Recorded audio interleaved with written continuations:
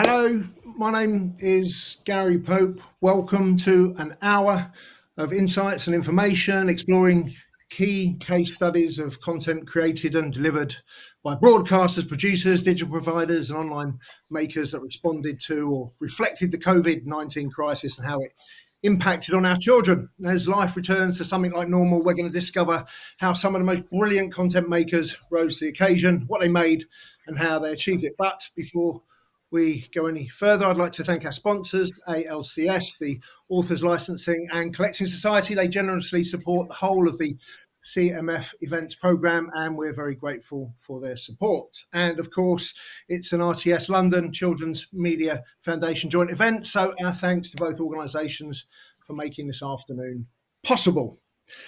So, since it was a thing, children's media has been a fundamental part of growing up. And of course, stories, because that's really what we all trade in, have been told to children since, well, forever. This is, to my mind anyway, the most important and influential of all media. We have a responsibility, a collective responsibility, along with the rest of the village, to raise a happy, healthy child. When last the Children's Media Foundation partnered with the Royal Television Society for one of these events on January the 22nd, 2020, it was entitled, Are the Kids All Right? And actually, well, they were. There was a bit of angst around funding, but it was a far, far cry from the time a decade earlier when there was much gnashing of teeth and gnarling and wailing as to whether kids' TV was going to survive at all. ITV had stopped commissioning and no one really knew what digital was all about. And then just a few weeks later, on March the 16th, the world stopped turning and, well, we know the rest. Children's mental health, children's socialisation, children's education, children's play, they all suffered. To what degree, we know not, and maybe we never will. We do know that the usual run of things, the structure, routine, the familiarity that children need was massively disrupted.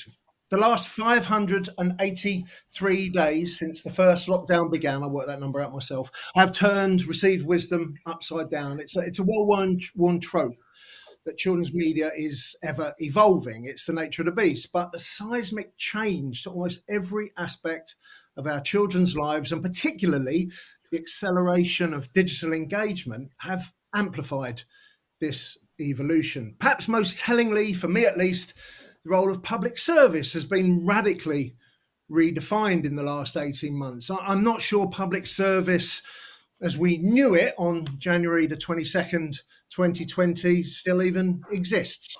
Personally, I think something far more powerful and pervasive is emerging, and that has to be a good thing. So I'll leave that hanging as I say enough of the context setting and turn our attention to our guests, with whom we will explore what happened over the last 18 months in the world of children's media, how it adapted, how it evolved, how it rose to do exactly what it should do and provide a looking glass for our children that accurately reflects, inspires and reassures them. And I make no apology whatsoever for saying that here in the UK, we have the best children's content creators in the world. And the speakers we have for you this afternoon are part of what makes that true. Each has a CV that could fill a very good book, and all of them did things over the last 18 months that perhaps were inconceivable before March 16th, 2020. So we have Lucy Murphy, Director of Kids Content, Sky UK and Ireland. We have Louise Bucknell. Hello, Lucy. We have Louise Bucknell, VP. It's like Celebrity Squares, this, isn't it? We have Louise Bucknell, VP of Programming Kids, Viacom CBS Networks International, UK and Ireland. We have Helen Fawkes, Head of Education and Newsround BBC. Hello, Helen. We have Maddie Moat, presenter and YouTuber, along with Greg Foote, science presenter and producer. Hello. So we're going to structure this very simply. Each of our speakers has a short video presentation, chat kind of thing that we're going to hear a little bit about their lockdown journey, and then we're going to have a lovely conversation. You can all post questions if you'd like in the chat, and I'll try and curate those and get through as many as we can. So enough from me. Let's hear from people that have really got something to say. So Lucy, should we start with you? Hi. Hello. So I think you might have a little video first. I have got a little video, and this is something that when, as Greg said, when the world stopped spinning, last March, we had to think very quickly. And I think all broadcasters, all of us here on this call today, and a lot of people watching, we all learned a new word, and that was pivot. And we did a lot of that in 2020. And we had to very quickly acclimatise to the fact that our audience, our children's audience, was suddenly at home. And not only were they at home, all of their routines had disappeared out the window. And they were feeling pretty scared, actually, because nothing like this had ever happened. And they were seeing their families being scared, and their parents, who usually are the font of all knowledge, at least until you get to be a teenager, couldn't answer questions. So one of the very first things we did was address that. And we went to our brilliant Fresh Start Media, who create our weekly news show, and said we need an explainer about what coronavirus is, and that is going to answer some of those questions. And they turned that around for us within 10 days. So a little tiny clip of that is the clip that I would like to show now. Thank you.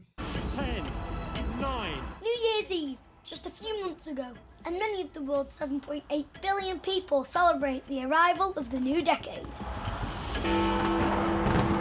Hard to believe now that hardly any of them had heard of a new virus, which had just started to infect people in China as 2020 dawned. But 3 months on, this weird-looking bug has almost brought the entire world to a standstill. In this special edition of FYI, we'll be investigating how things have changed so quickly. And we'll be hearing from children who've been affected all around the globe. We'll be discovering what you and your family can do to stay healthy. And asking when things will get back to normal. And I'll be reporting from New York City, one of the most exciting cities in the world, now under lockdown. And I'm going to be asking some of your coronavirus questions to one of the government's top advisors. So how serious is it for kids? Even if you get it, you are almost never very ill with it.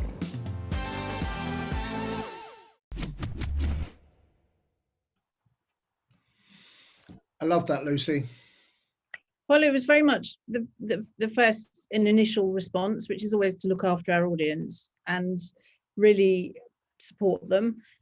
And as part of that initial response, we were also supporting families who were suddenly in this situation of having to homeschool children and see them through home learning through schools. So, as we always do at Sky, we have so many fantastic partners, and we really pulled those together so that we could present a Learning from Home collection, which included fantastic educational content from BBC Bitesize, from all of our paid partners. I know Louise Bucknell is on this call as well, and we managed to pull together a fantastic collection with the collaboration of all of those partners and create a banded system of educational content that covered the foundation and early years, Key Stage 1 and Key Stage 2.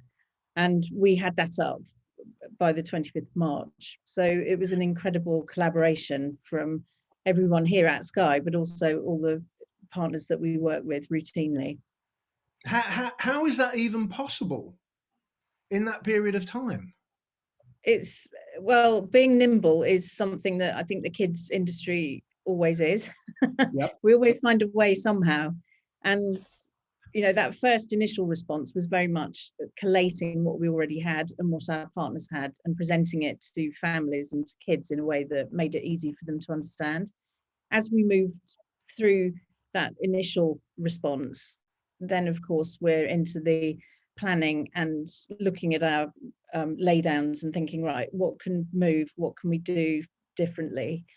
And we did a lot of that. That was a sort of short to medium term where we looked at the productions that we had up and running. And of course, there were some things that just couldn't happen, like drama, but there were other things that we just did differently. And that's what the kids industry is so fantastically good at. If you throw a problem to a kids producer, they will find a way.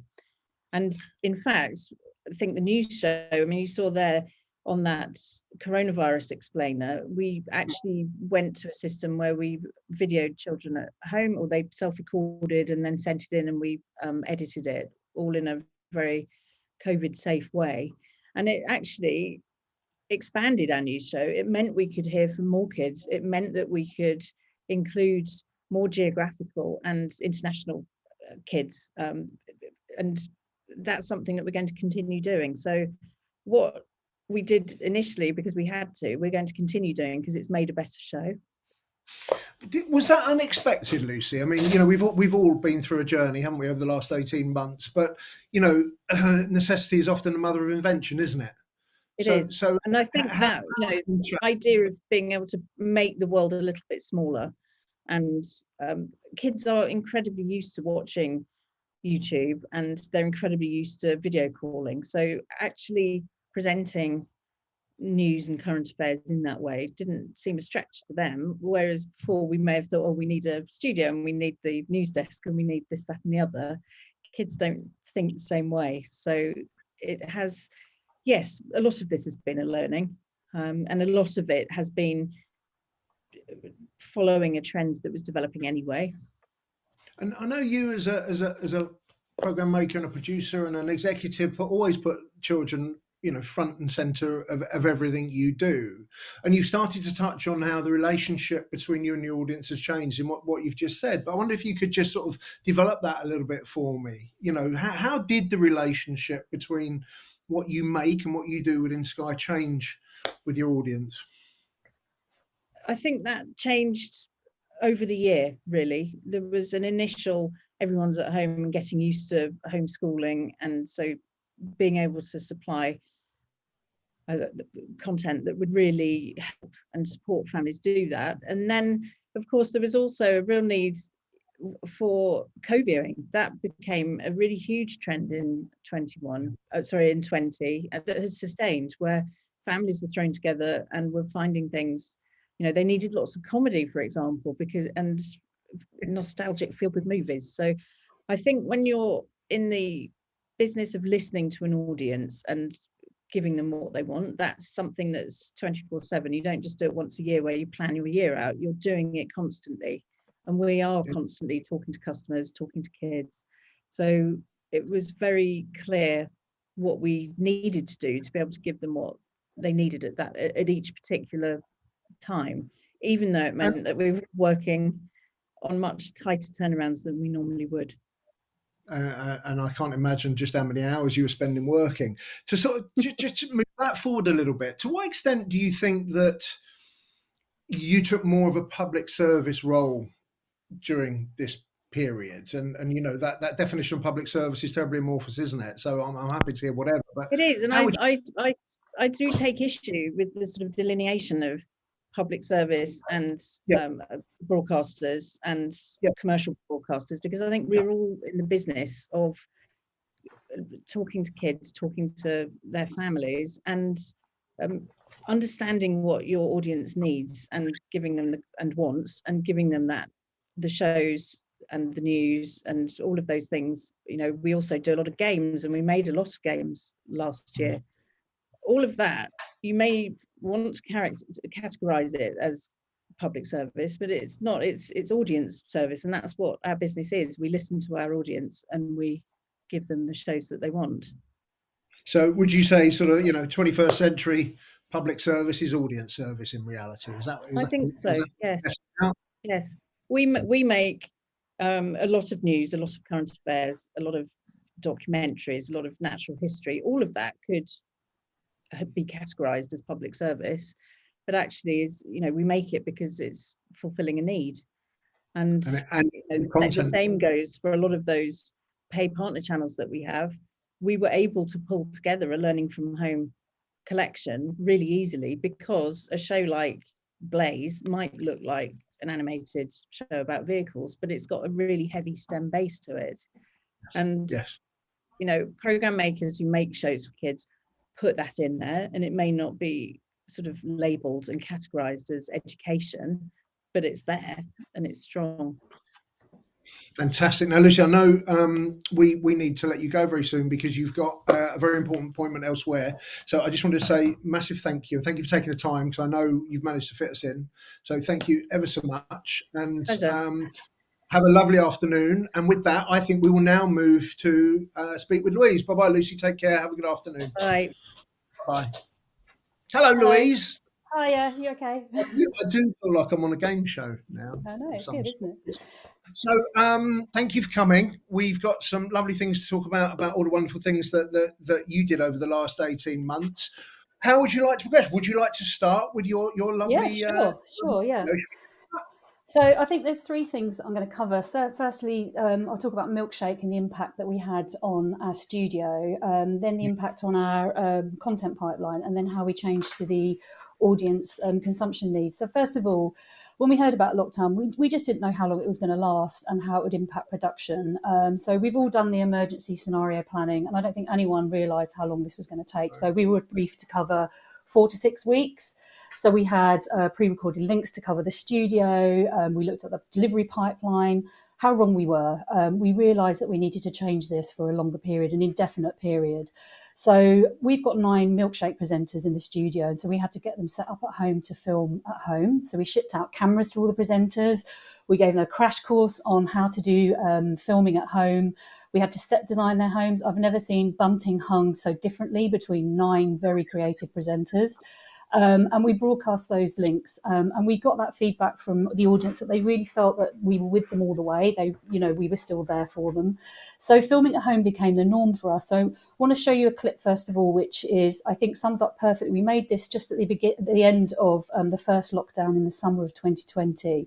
And as we neared the end of that, we realised that representing the audience and understanding how they felt was really important. And this song, this is a music video called Best Friends in the World, where we knew kids had been at home making rainbows, going for walks, doing crafts, dancing, singing. So we wanted to make this video to really celebrate them. And it's in a sort of Zoom style. So if we can see that video first of all. Let's do that. Just a little louder.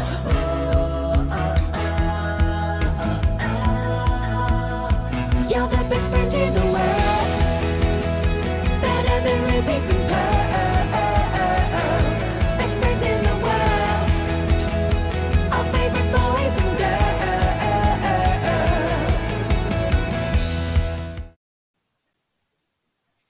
Look, that was quite emotional in many ways, and you touched it before we started that, and you mentioned zeroing on how the audience felt. Where did that? How did you identify that? Just explain that a little bit more. Well, I think we were all experiencing that ourselves, and I think particularly for sort of those in the kids industry, we do so much audience research, and we look at how insight into kids and what makes them tick. And I think that was something we felt really strongly about. Milkshake is very much about connecting with the audience, and we'd had that feedback about how it was great that we were still there as part of their routine, and that things hadn't changed even though the world around them had changed. So that was something that was really important to us. And I think then the next thing that we looked at was our content pipeline. Obviously, a lot of our content is animation, and companies switched to be able to work remotely. They had to adjust their budgets to do that. The biggest challenge for us there was the voice recording with kids, because you couldn't get them into the studio, so you had to do that remotely over Zoom. So we found that took a bit longer for series like Paw Patrol and a new series that we had as co-production with Sky called Pip and Posy. For live action, completely different story. Obviously, safety with kids was really important. We had to shut down, obviously, productions that we were in the middle of. Obviously, when we came back to filming, we had serious delays. So we've got a drama, Mimi's World, that's only just filming in Belfast now with cohorts of kids under strict regulations. And that was delayed for almost a year and a half. We had another series with Nick called Goldie's Oldies that kept having to shut down because everyone kept getting COVID. And I think a particular piece for the production industry was insurance. It was really difficult. And we were sort of waiting for the government to confirm sort of restart schemes. And so that was quite an impact to sort of like production starting. But it wasn't all bad, because we were able to film some series. We have a show called Go Green with the Grimwades, which is all one family. So they were in a bubble and we filmed them at home, a sort of environmental show. And then also another show called The World According to Grandpa, which was filmed in Manchester, and this had multiple kids on set. Actually, what we really saw was that was one of the first productions to continue filming, and they almost put a blueprint together about their studio procedure and how they would film with kids. So, for example, when you've got an 8-year-old going into a studio with everyone in masks, they really thought about how to make that comfortable for kids. And so the level of collaboration and sharing, I think Lucy touched on this, between sort of broadcasters and productions, people felt like they really came together to really help each other to sort of produce their content. And then we've got another production that has just started on air, and we had to change the editorial of this. This was another impact of sort of the pipeline. We were meant to be filming with a different child per episode, with a presenter, showcasing their passions and their hobbies. We couldn't do that, so we had to change it completely. So we looked at how we would do a studio and split screen. So we've got a clip of Meet the Experts, and this is all about Harmony, who's an amazing gymnast, but you can just see that even with the split screen, and this is something that obviously kids got quite used to, there was still that connection and close conversation. So if we can see that clip as well. Hi, Harmony. Hi, Sam. I've been so excited to meet you because I hear that you're an expert in gymnastics. Can you tell us more? Sure, come on. Hi, Sam. This is the gym. I come to it every week to practice. Come and see. This is a forward roll. This is a backwards roll. I've seen that clip a number of times, and I'm welling up a little bit watching that. What an amazing little girl. What an amazing. She's incredible. And we showcase 24 different kids in this series, and they get a treat or a challenge at the end. And she got a treat to meet her absolute idol gymnast. And I tell you, watch the episode. It's on Wi-Fi. I've not just, please do, just from the fact that it just is, it makes you cry. Every time we review these episodes, we all cry. Right. Another question. I was going to ask you a question about production, and you talked about, you were throwing 1,000 challenges all at once, literally, bang, bang, bang, bang, bang, explosions going off everywhere. Has that journey made your production processes better, stronger, tighter, faster? What's been the outcome? It has, and I think it's sort of like we look at sort of how we can do content in a different way. So, for example, obviously, as we've talked about, sort of like the audience patterns changed everything, and we had to think about how we could make that content. So, for example, there was we had to sort of film content at home. So there were series that we just couldn't continue with. For example, a Nick show called Side Hustle completely stopped filming, but then we filmed with the talent at home and produced a show called Group Chat, where they talked about the hottest trends for the week and games and challenges. And also another big show for us, Danger Force. We made extra episodes where actually it was just based around their home. So that was their set. So that had to sort of develop. We also did a couple of quick commissions as well, because we had gaps. And that was something that we really needed to focus on. So I've got another clip called Bot Box Boogie. And this was something that we made in-house. We also had quick commissions with indies like Daisy Beck to sort of like film, and they all had to film under really, really strict COVID regulations. And that was something I think that was very challenging over the last 2 years, because it added a lot of process. And with Bot Box Boogie, I mean, I've never made a show where everything was done over Zoom. I didn't even go to the studio because I wasn't allowed, because we had to have like a certain amount of people in the studio.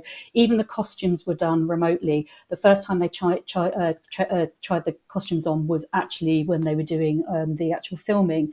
And we had to film with the presenters 2 meters apart. But what we did is I think what everyone did was really adapt and change sort of how the content looks. So this was sort of like a game sort of feel to it. So if we see Bot Box Boogie, and this is called Stop, Look and Listen. So it has a bit of a road safety message in it as well, if we can see that clip. Stop, look, listen for traffic. Gotta stop, look, listen for traffic. Only when the vehicles come to a stop, that's when it's time to cross. Looking left, right, left, right, left, right, left, right. Keep on looking till you're safely on the other side.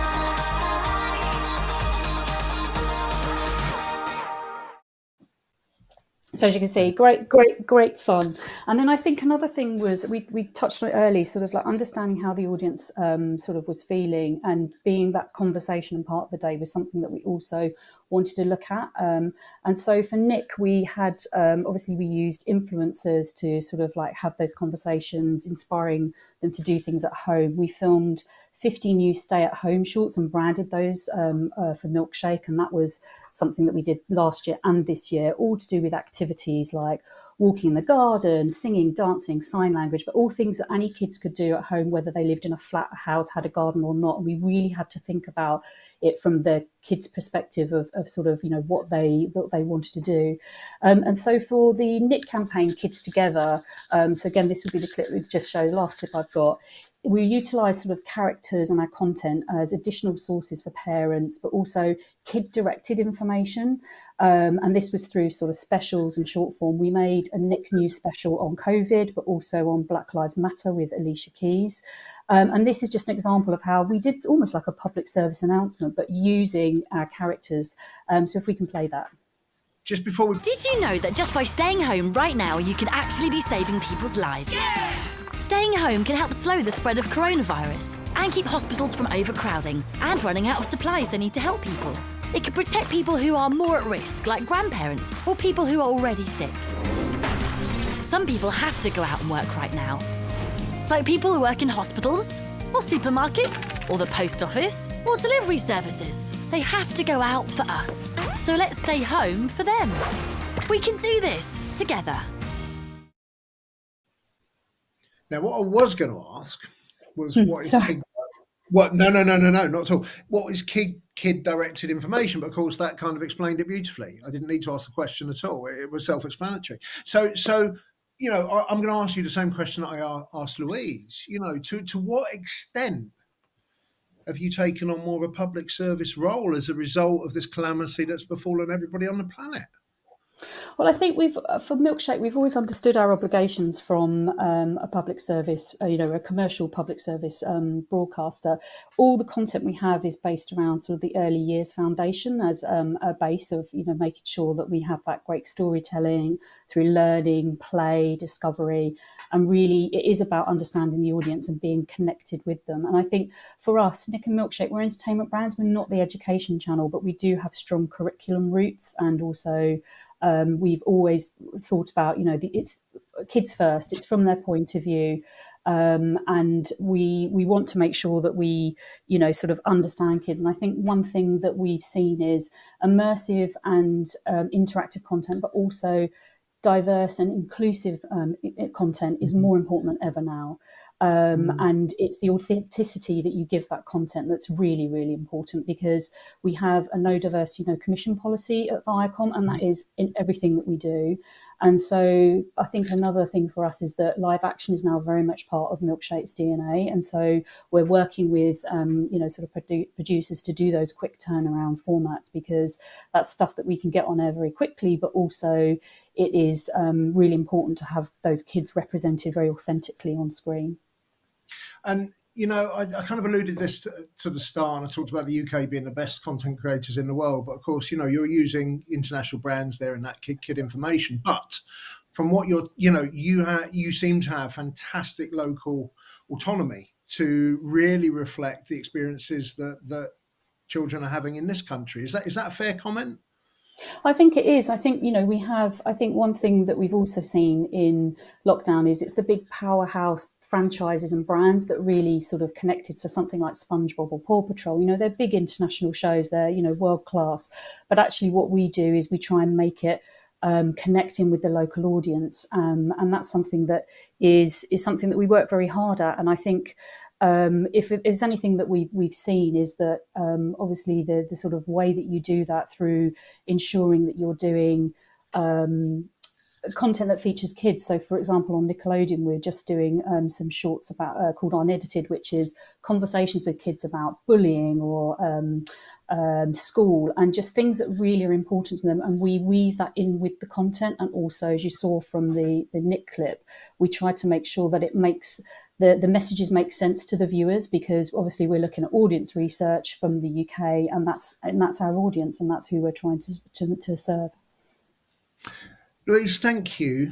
That's 15 minutes where I think I've learned more about Viacom than I have in the last year. Thank you so much, and genuinely inspired and wow, how you've done all of that, I'm not quite sure, but you did. So thank you.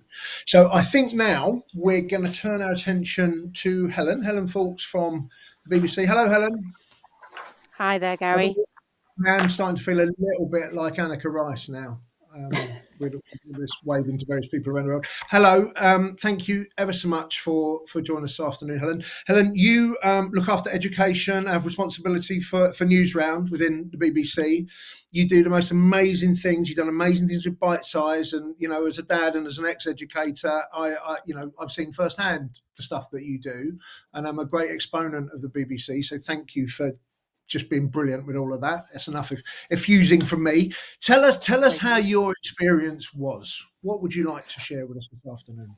Well, what I'd like to share is a quick video to set the scene, because it feels like time is a very strange thing. And in some ways, the start of lockdown, the start of 2020 seems years away. And then other times it seems like it's only been 5 minutes. So if I play that video, it'll sort of set the scene of where we are and what we did.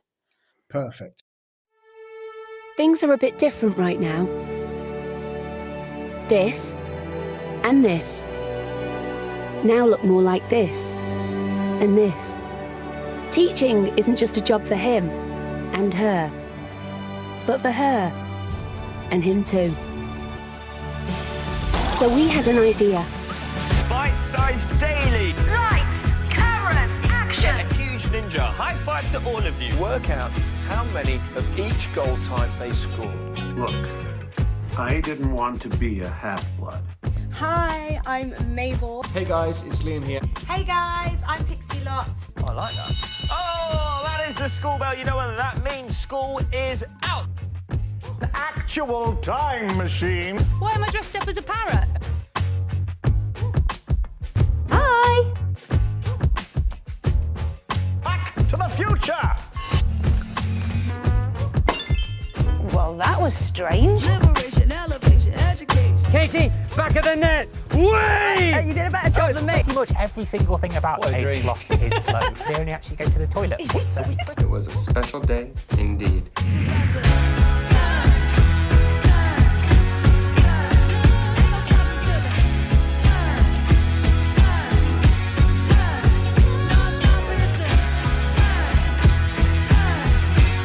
Let's go.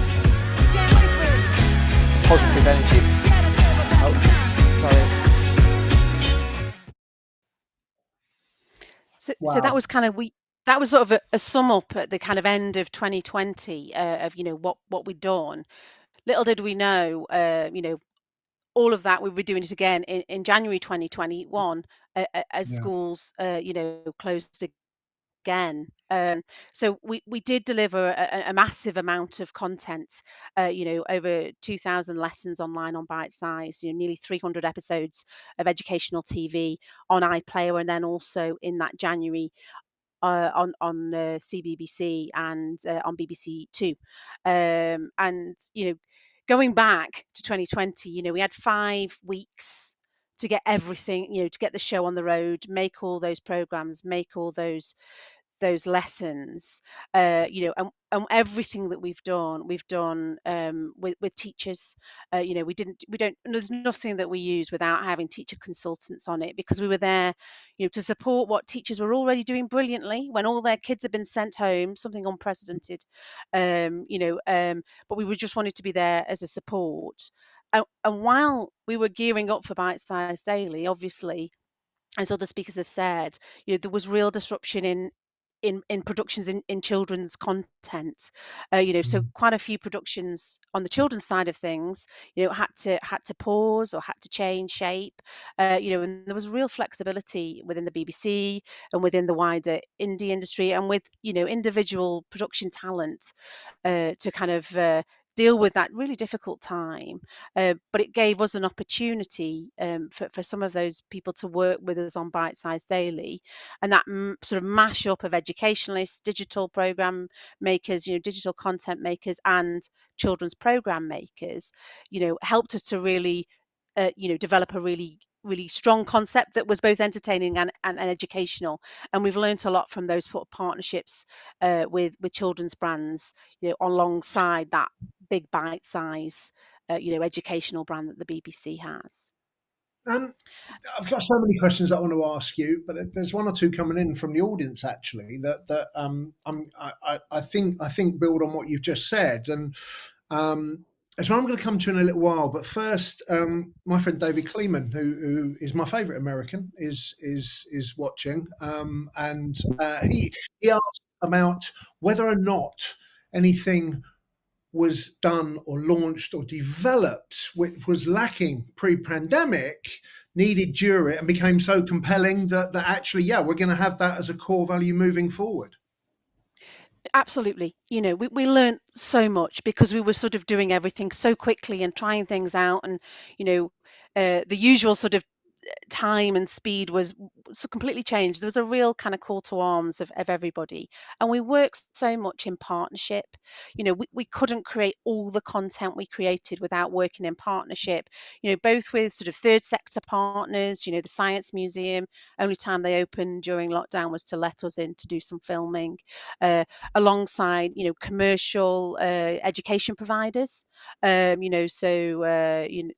the White Rose Maths, they helped us with the lessons, and it really opened our eyes, as the BBC and as BBC Education, that actually working in partnership can deliver so much more for the audience. And Was that some kind of epiphany? You sound surprised when you say, well, I yeah, think the thing, I, surprised. th- I think in our other areas, in our campaign areas for education, we've always done that. The BBC microbit being one, always worked in partnership. You know, for, on bite size, we've done that less so. But we've really seen that that's been beneficial.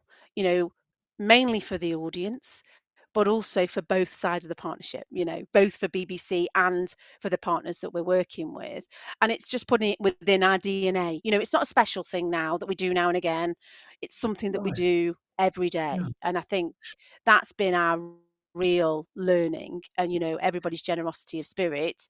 You know, things are going back to normal in some ways. We have our editorial guidelines as the BBC, as all places do, but we can see where it works really well because we're putting the audience first in that space. And are you the same organisation now that you were 18 months ago? I'm speaking specifically about education. Well, I think the thing is, the BBC has always championed education. It's not Hmm? we're doing it now, or we Yep. did it during the pandemic. Although obviously the audience need was there in spades, and so we stood up and gave our best game to deliver something that would support everybody, all our audiences, teachers, parents, and kids. Yeah. Um, uh, but I think it's demonstrated that we've got a real value, to our audience, as well as all the brilliant programs that we make, and it's a real piece there, that I think we are different because we're working much more in partnership. We're working with other BBC brands much Yeah. more. We've got permission, Yeah. as bite size to go into the classroom. We're trusted, and we do everything with teachers, so we're able now to work with other parts of the BBC to bring some of that brilliant NHU content into the classroom, and things like that. So I think it has changed in the way in which we're part of that organisation. So it might be a tricky question. I don't mean to be tricky. Is partnership core to what we might now call public service? Because it seems to me, sitting on the outside looking in, admiring everything that you've done, that you've actually, and please take this the right way as an organisation, BBC, you kind of found your wings a little bit. You've kind of broken free and kind of doing your own thing. And I mean that in a loving, caring way. Hard to say, from my position, but to go back to the piece around partnership, I think, um, Is that part of we, public service moving forward, do you think? I think, well, Yeah. it's in the charter, and I think it is. So it absolutely is, and I think it's a key thing to work with as many organisations as we can for the benefit of the audience. You know, as long as you kind of make that your North Star, then it feels yeah. like a really positive thing. Can I ask you, just going to segue totally away, because John Forrest has asked this question and it's an interesting one, and put your newsround hat on for a minute. How have you dealt with, and I don't know because I haven't seen it, but have you dealt with the anti-vax issue at all on the show? So we've you know, what we're there for in Newsround is to deliver, you know, what our audience is expecting, and it's just really clear sort of information based on what works for them, and so I don't think that's high up in kids' agendas, if I'm being honest. You know, what's really high up in what we want to do in Newsround is reflect the whole of the UK and their whole experience of COVID. You know, whether they've got good broadband and a garden, or whether they're in a flat, or you know, we wanted to make sure we covered everything in a really clear way, and in a way that didn't make children more worried, but didn't shy away from, you know, what was happening. Well, personally, I think you did that in spades, and certainly from my experience, from children I've spoken to, they're very grateful to you and your team and the efforts that you've made. So, Helen, thank you. I think we'll come back at the end for some more questions, maybe. But if we could move to Greg and Maddie now, that would be marvellous. I'll see you in a minute. Hello. Hi. Hello. Look. See, it's the YouTube people now, isn't it? Look, smiling, all teeth and happiness. How are you? Very well. How are you doing? I'm all right, thank you. So, right, so there you was, sort of sat at home doing nothing, wondering what we're going to do next, and then COVID happens, and your world just changes. Tell me what happened. It did. So on day one of lockdown, the two of us launched something called Let's Go Live, which was a daily live family science show that we live streamed on YouTube. But to show you a little snippet of what it was. Should we do that now? Should we show that quickly? Yeah, go for it. Sorry, didn't mean to cut you off. It's all right. Roll VT. Hello everyone, welcome to Let's Go Live. I'm Maddie. I'm Greg, and all together now, we are live! We started Let's Go Live exactly 1 year ago today, and here we are 82 live shows later. What a journey it has been. Go for it, Mads. Back to Oceans. Oh, there it is! That was How to Make a Poo live on the internet. We enjoyed making our small solar panel. S'mores are in, just need to close up the lid. Now I just need to adjust this flap to make sure we're getting as much sunlight reflected into our oven as possible. Dink. Dink it, sink it. That's so good. It's still warm. I like Ocean Week the best, so I made my own ocean. We have to charge at that paper plate hoop that you can see is dangling just off the side of the curtain wall. Go, Sir Greg! Oh, I missed it. Oh. I got a floppy lance. Okay, sort the floppy lance out. Thank you so much. We have loved every second of doing this. We will see you next week, Saturday, 10 o'clock. Say the words. Stay curious, stay curious, stay curious, stay curious. Bye. Bye. Bye. My goodness, there we go. Look, if ever you needed cheering up. So you had obviously a full OB unit, you had a production team, you had script writers, you had technicians, editorial staff, the whole works, right? Just talk us through that. Yeah, you're looking at them. Hi. So we're both presenters. We've written lots of content before, and fortunately we had a bunch of old DSLRs here and some laptops that were right and a couple of lights. So basically on that first weekend of lockdown, we decided to turn our spare room into a multi-camera live broadcasting studio. And then, as you saw, once how did you do that? Well, just a bit of research and a lot of plugging in cables, and worked out how to do it. And so, during the show, it was like live vision mixing, live chat coming in. We had graphics and music and branding and all. I was kind of firing all that off from my side. We both had notes. Yeah, a lot of fun. Yeah. And did you teach yourself how to use this equipment, Greg? Did you know how to use all of this technical stuff, or did you have to learn and do it all? How did it work? Yeah, well, we already had some knowledge when it came to cameras, simply because we've been making YouTube videos for a while anyway. So like Greg mentioned, we had some simple equipment, but there was a piece of software that Greg came across, which actually we're using now for streaming. It's called Ecamm, and you just sort of like became pretty efficient with it over the course of that first weekend. So we were ready to start on day one of lockdown, and that was really important to us, because we recognized the need for homeschooling material, and we realized pretty early on that we would need to be consistent. It was important that we were daily Monday to Friday, and that we could be reliable for families, and that worked really, really well for us. And then it just took off. People shared that we were doing these science lessons and that they were packed full of interactive science activities for the whole family from 5 to 15. And we grew it around our audience. It became, UGC became a massive thing. We were getting sent hundreds of emails, 500 one weekend, of pictures and videos of kids, and we would build them into the show, and each week was a different theme. It was a lot of fun. I really enjoyed it. So there's something really interesting, I think, happening here. And I don't know if I'm understanding it correctly, but I think I am.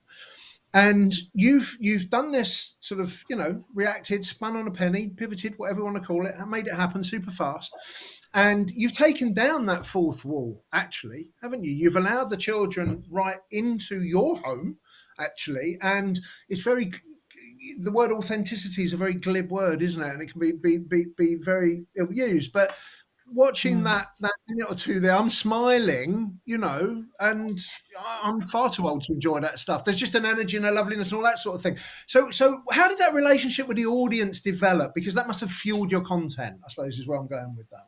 Yeah, well, everything we did, like everyone's been saying already on this call, it was audience first.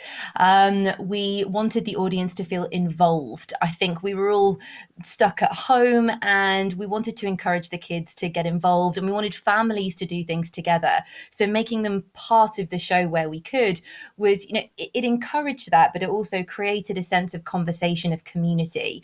So we would always, in every show, give multiple activities or ideas for experiments that kids could do alone or supported with their families.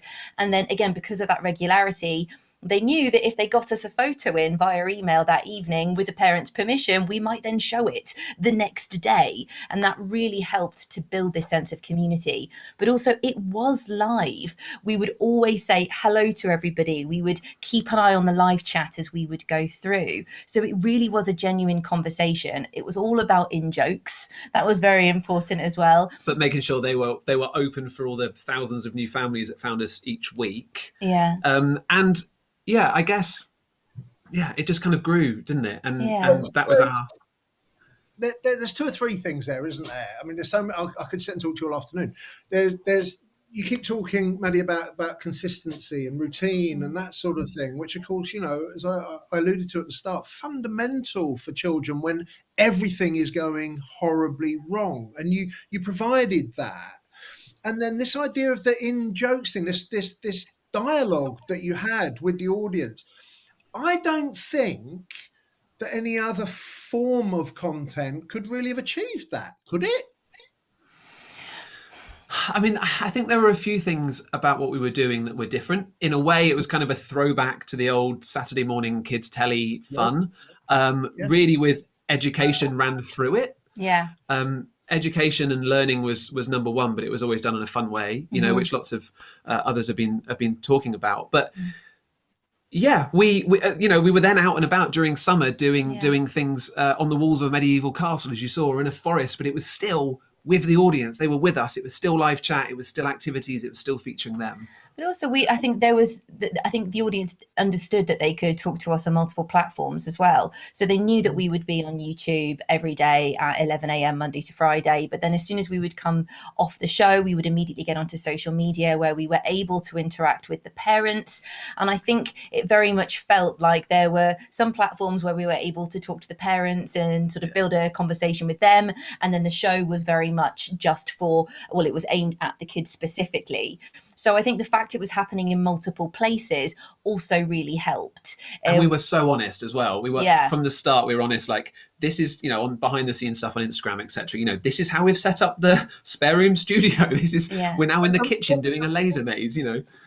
What impact do you think that has on the children? Because that's what they all want to see, isn't it? Whenever I've been in the studio with the kids, it's kind of wide eyes when they see the camera, and that's where the magic happens. Was it that kind of, oh my God, they're really seeing how it all works? Was there lots of excitement from them? Yeah, absolutely. The kids absolutely loved it when we would put in sound effects, or when we would add little videos, or when we might sort of like pop up little pictures here and there. And part of the reason they enjoyed it, because they could see Greg pushing the buttons. They knew that we were controlling absolutely everything. So again, it just became part of the language of the show, I suppose. Okay, so to sort of just get a little bit more serious for a moment. So you're on YouTube doing your thing, and I don't want to go into one about made for kids and revenue models and blah blah blah blah blah, because that's perhaps a conversation for another time. But I'll hazard a guess that you've not become millionaires overnight because your stuff would have been labelled made for kids, right? Yes. Correct. Yes. Right. Okay. Fine. So you've done this, and again, I don't mean to be too effusive, but perhaps that's the mood I'm in today. You've done this of your own free volition. It's probably cost you a few quid to do it, and you're providing a public service as well, aren't you? If you're going to define public service as being something that is universally available and free and for the public, that's exactly what we were doing. It was available on YouTube for free. Yes, we were marking it as made for kids, which meant that there can no longer be any comments on it after the live stream. But apart from that, I'd say it's pretty public service. Yeah, I would say so too. Sorry, Greg. Not to, we said we wouldn't go into this, but, we had 3 million plays of our 83 live shows, and we had, some episodes have had 200,000 plus plays, and each one of them is a family. And no, that would only, gross you a few quid. And so we set up a Patreon, which again built our community, and, that people who decided to support us at whatever level they wanted with no additional perks, and we were there talking openly with them there as well. But if you wanted to just watch it, it was there for free if you wanted to come and join us. Do you think that this could have happened without COVID? Notwithstanding, obviously, the fact the kids aren't going to be there at 11 o'clock every school day because they'll be in school. But could something like this have happened for you if this terrible calamity hadn't come along? No, partly because I think what made it possible was the fact that we were at home and we weren't able to leave the house. Yeah. It created a bubble for us, which we weren't leaving. But it also did, probably in an unhealthy way, we were getting up at silly o'clock in the morning to rehearse the live show, doing the live show, and then the entirety of the rest of the day and evening was spent prepping the next show. Yeah, sometimes shooting VTs, editing them, doing VO. That was only possible because everything else stopped. Yeah. We could start it up again, but I think for sanity, if we were to start it up again, we would do so with a team. Yeah. And so there's a question just popped in. I don't want to go back to anti-vax particularly, but it's kind of aligned with that. There's this double-edged sword, isn't there, with YouTube? With my own kids, they'll come and tell me stuff. I'm like, what? Where did you read that? Well, I didn't. I saw it on YouTube. How do you know it's real? Well, I source checked it. Okay. To what degree, can YouTube as a platform be trusted to convey the sort of, information and things that you are doing on a day-to-day basis? Because I trust you. You're implicitly happy, smiley, trustworthy people, but not everybody can trust you. Well, yeah. I mean, there's a lot of different content on YouTube. I guess it's down to partly the authenticity. Again, we were very open. I'm a scientist by training. We're both science educators, so that was a big part of our prep. On the vaccination side, we actually decided that we would do a couple of special episodes all about vaccination, and we kind of explained what a vaccine was, and we did it in our own way. It was me dressed up as Virus Gregorius running around the house looking like a giant virus, and Maddie as a white blood cell, and all sorts of fun and games. But the feedback from lots and lots of families was, "Oh my goodness, we now get it," and thank you for kind of taking us through it. I think as well, we're both very, very careful. Even with those particular episodes about vaccines, we started out with why do we get ill? So we started with the very basics, and then the second episode was what is a vaccine and how can it help? We were careful not to offer opinions, but only to give facts that were based in scientific evidence. And it wasn't just the two of us either. We made sure that diverse experts were featuring on the show throughout the whole 3 seasons. Yeah, so it was completely based in fact, and we steered away from opinion for those. So that sort of self-moderation there to make sure that you were behaving as scientists actually and being evidence-based and nothing else. That was just, okay. Brilliant. Look, I've loved watching your bits and pieces, particularly yesterday as I was getting my head around who and what you have achieved. So congratulations on all that you achieved, because it really is phenomenal, and you should be applauded greatly for that. So I think we're nearly out of time. Unless there are any other questions from anybody coming straight from the audience, I'm going to pose one or two. Does anybody else want to pose a question? They never do they? They sit at the back and just sort of so Louise, can I ask you a question? If producers want to pitch to you now, what new thinking needs to be incorporated to reflect the changes that our young people have experienced, and to be appropriate to use that hackneyed term, building back better. I can't believe I said that. But what do they need to be thinking about when they pitch to you moving forward? I think obviously it depends on the age content of whether it's preschool or older. But I think if it's sort of live action and it has a particular theme, again, we want to make sure that it's reflective of the kids' thinking and also sort of what they're thinking and feeling, and how they understand the world, particularly for preschoolers. So that's really important. I think sort of comedy is really important to us at the Nick Network, particularly in both animation and our live action. So that's something that we do really need to sort of like we need to see. I think to going on sort of like what Maddie and Greg were talking about is obviously making sure that you've got that authenticity. You have the sort of background of what you're doing, because kids see through that. They really do sort of know, when they're being sort of like, pitch something that isn't authentic. And I think the immersive and interactive content, and as I mentioned earlier, sort of the inclusive content is really important for us. Sort of putting the audience first. We're always at Nickelodeon about kids first, the kids' point of view, and also from a milkshake point of view, we want to make sure that we're always aligning and connecting with kids on their level at their development stages as well. So I think that's something that we would always ask to go back and look at, get an educational consultant to kind of go through sort of how you're speaking, what language you're using in your scripts, or how you're pitching that to the audience as well. And I think that's something that we knew all this before, but I think lockdown and also the way that content has been consumed by kids over the last 2 years has really cemented that with everything that we're doing. We're sort of very much, sort of like wanting to reflect kids, and that's, always been the goal, but it's really cemented that for us. Brilliant, thank you. And Helen, I wonder if I might ask you one last question. When we think about, what are you looking for? We talked about partnerships. What's changed in the last 18 months when you're looking at what you might? I know education doesn't commission a huge amount, perhaps more and more than it was previously. What sort of things are you looking for now that perhaps you weren't before? I think we're very interested in the mental health space. All schools are very interested in well-being and making sure that you're looking at both the academic side of school, but also well-being and mental health. we don't. We do commission. We commission on a yearly basis. And if anybody is interested in getting onto our commissioning days, please do email me at the BBC and we'll get you on that list and you can come and see what we have in commissioned as we start the next financial year.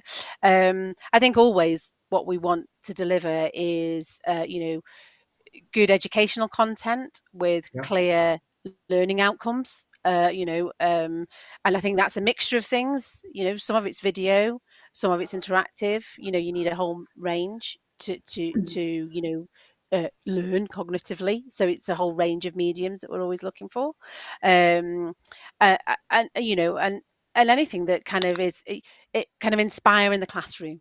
Because teachers have got and help teachers, because teachers have got a tough job, and I think anybody who has homeschooled over the two lockdowns will have a renewed respect for the skill of teachers and what they do for our children. So I think that's a key thing that we want to have in all of our content. Brilliant. I think we have to stop there because we're 1 minute over time. Maddie and Greg, thank you so much. Incredible and exciting and engaging. And Louise, as ever, thank you. Lovely stuff. Helen, I remain a complete advocate of everything that you do there. It's just wonderful. So this is all a bit of a loving, isn't it? But it's great. Well done. Fantastic. Thank you, everybody, for joining us. Thank you for the questions. Thank you very much to Royal Television Society London and to Children's Media Foundation for having us. Take care. Have a lovely afternoon and no more COVID. Goodbye. Bye.